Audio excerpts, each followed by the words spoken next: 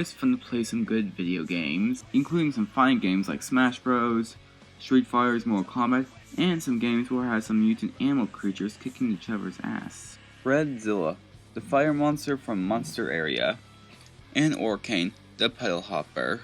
I'm Westby, and it's my job to see who would win a fight. Monster Area, a world with monsters. Like, these monsters are kind of humanoids, like some can be humanoid animals, robots, mushrooms, or any kind of monsters. In the Monster Area game, you can train your monster, fight with monster, train them to become stronger, kind of like Pokemon, but except like it actually does show training. And you can battle. And one of the most toughest and strongest monsters in this game to play as is known as Redzilla. Now, this monster itself is a hybrid between a dragon and a shark. Its name is a portmanteau of Red and Zilla, a reference to the fictional kaiju Godzilla. Now, people say this monster was born out to be a fighter. It can be round in canyons and volcano areas. Even though it's strong, it's friendly with humans. Redzilla likes to eat fruits, vegetables like apples, pickles, chills, and tomatoes. What makes Redzilla so strong and tough is that he can actually push large boulders at a high distance. When at a game of rock, paper, scissors, can leap at high hills. What else makes this creature so powerful is his movesets. It can strike rush through the enemies, cost 1 energy, spin attack damage opposites with a fiery roll, cost 2 energy, fireball blast opponents with a fireball, cost 3, energy fireball blast opponents with a flame ball, cost 4, and magma ball and creates opponent with a magma ball, cost 5 energy. And can even go invisible, which is actually I find pretty cool. It has defeated lots of monsters through its game, show that it is the strongest monster, can dodge some attacks from other monsters, can take hits from other monsters, even the final boss, defeat the final boss, and is the most powerful monster in the Monster Area game to play as. Even though it's strong, it's not perfect. It's not the smartest monster in the Monster Area game, can lose in some battles. Some of his attacks can be dodged, and his moves can take time to use again. And for Redzilla to become stronger, it usually requires a lot of training. And he does not really have that much good feats to pull off in the game. But still, he is actually one of the strongest monsters in the game. Well, technically to play as, but not really. The strongest monster in the entire Monster Area verse, but you guys know what I mean.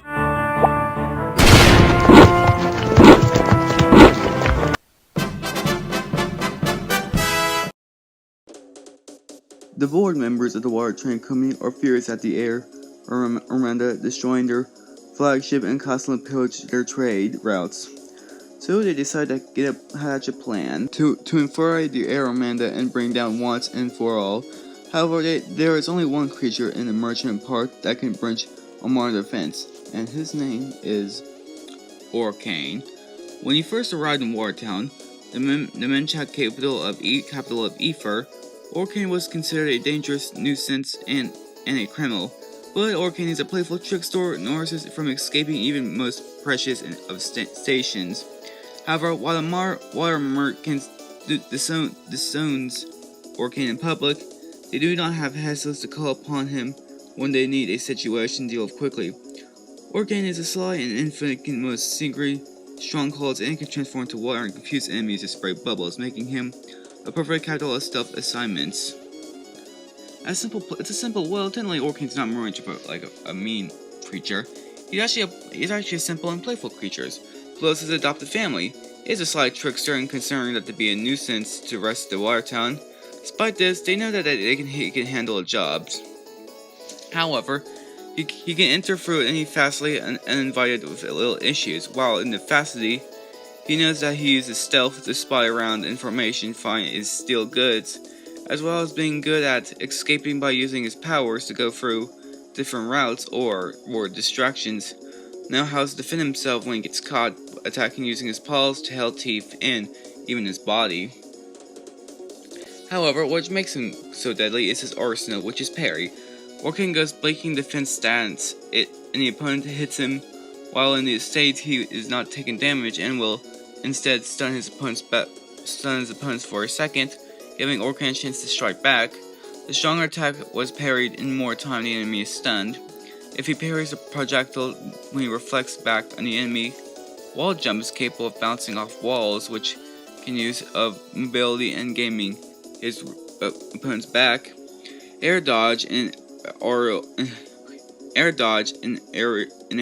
maneuver that allows him to use his dodge attacks and move towards any direction of place.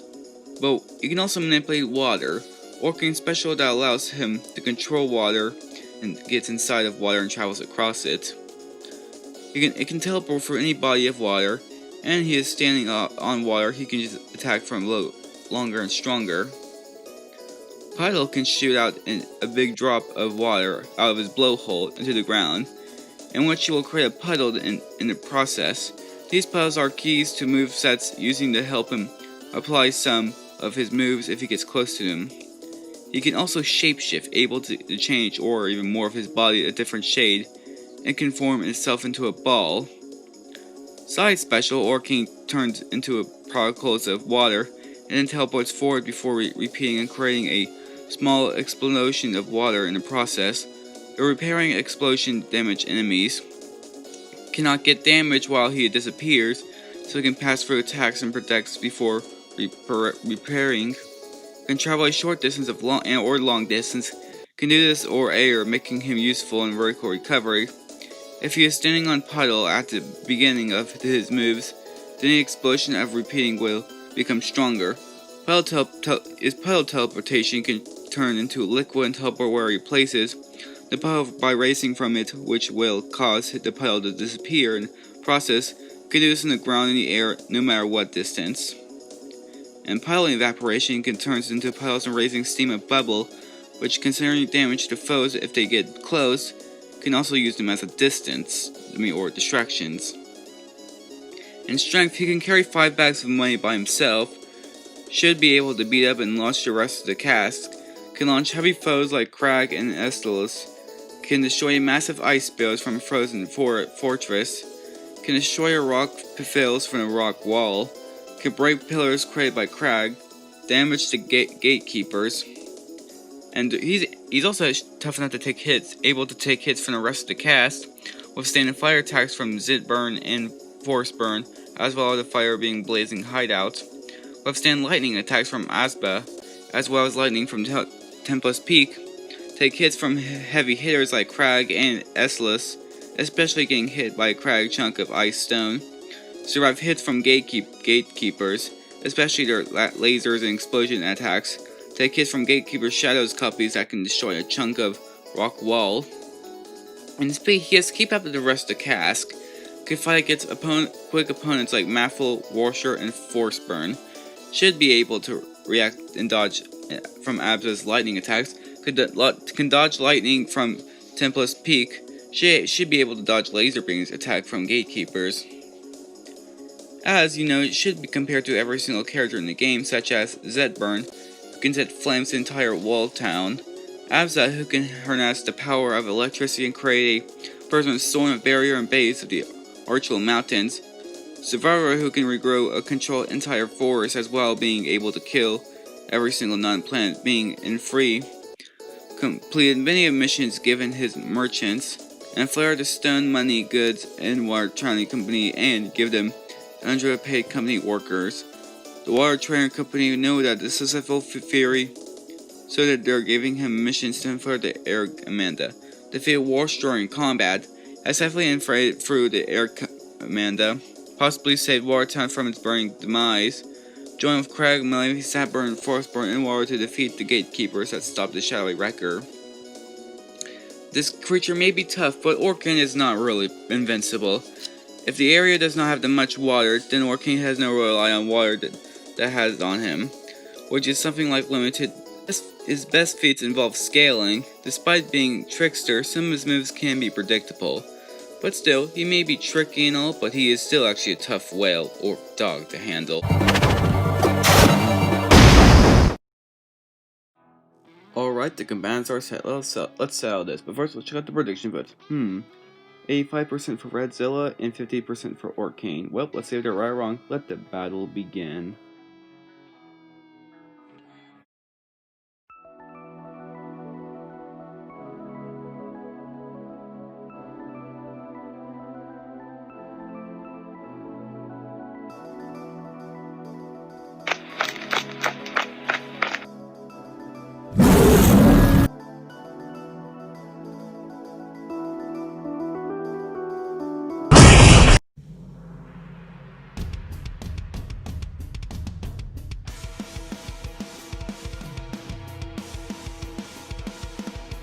Fight!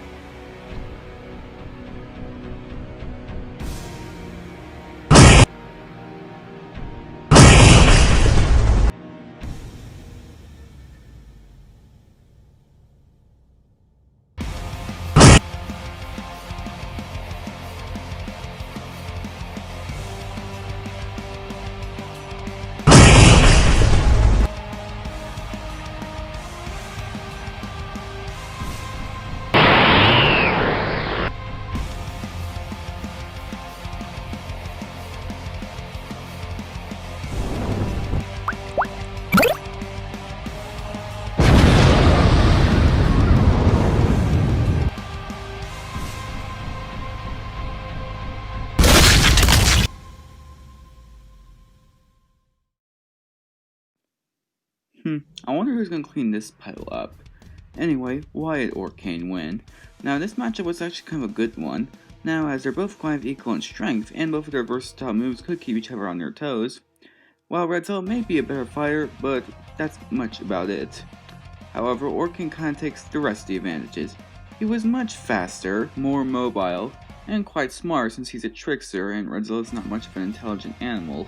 And while Redzilla is a better fighter, Redzilla's attacks were only energy-based attacks, while Orcane's attacks can be most good close-range combat. While Redzilla's moves are quite powerful, it clearly doesn't have any good estimated feats like a good calculation of how powerful the attack was. It only just hits a creature, it does not really show any good explosions in the game. While Redzilla can dodge some attacks from the creatures, those creatures' attacks have never shown any lightning attacks, while Orcane has dodged Asta's lightning, making Orcane much faster than Redzilla, or probably Orcane could just even blitz Redzilla. Not to mention Orcane's water manipulation and water abilities gave him great mobility, able to dodge most of Redzilla's attacks, and can actually however end the fight whatever he wants to thanks to his water abilities. And while Redzilla has fought some creatures with strange abilities like magic, rock manipulation, and other abilities, he has never actually fought a creature that can manipulate water or water manipulation. Sure, he has fought a snowman, magic, some creatures with magic, and has defeated the final boss, but he has never fought a creature that has water manipulation like Orcane, while Orcane has fought opponents with fire powers before. Also, Redzilla becoming stronger kind of requires a lot of training. Yeah, like when I say he's the strongest monster, I didn't mean like he's the strongest monster in the monster area verse. I meant like he's the strongest monster to play as.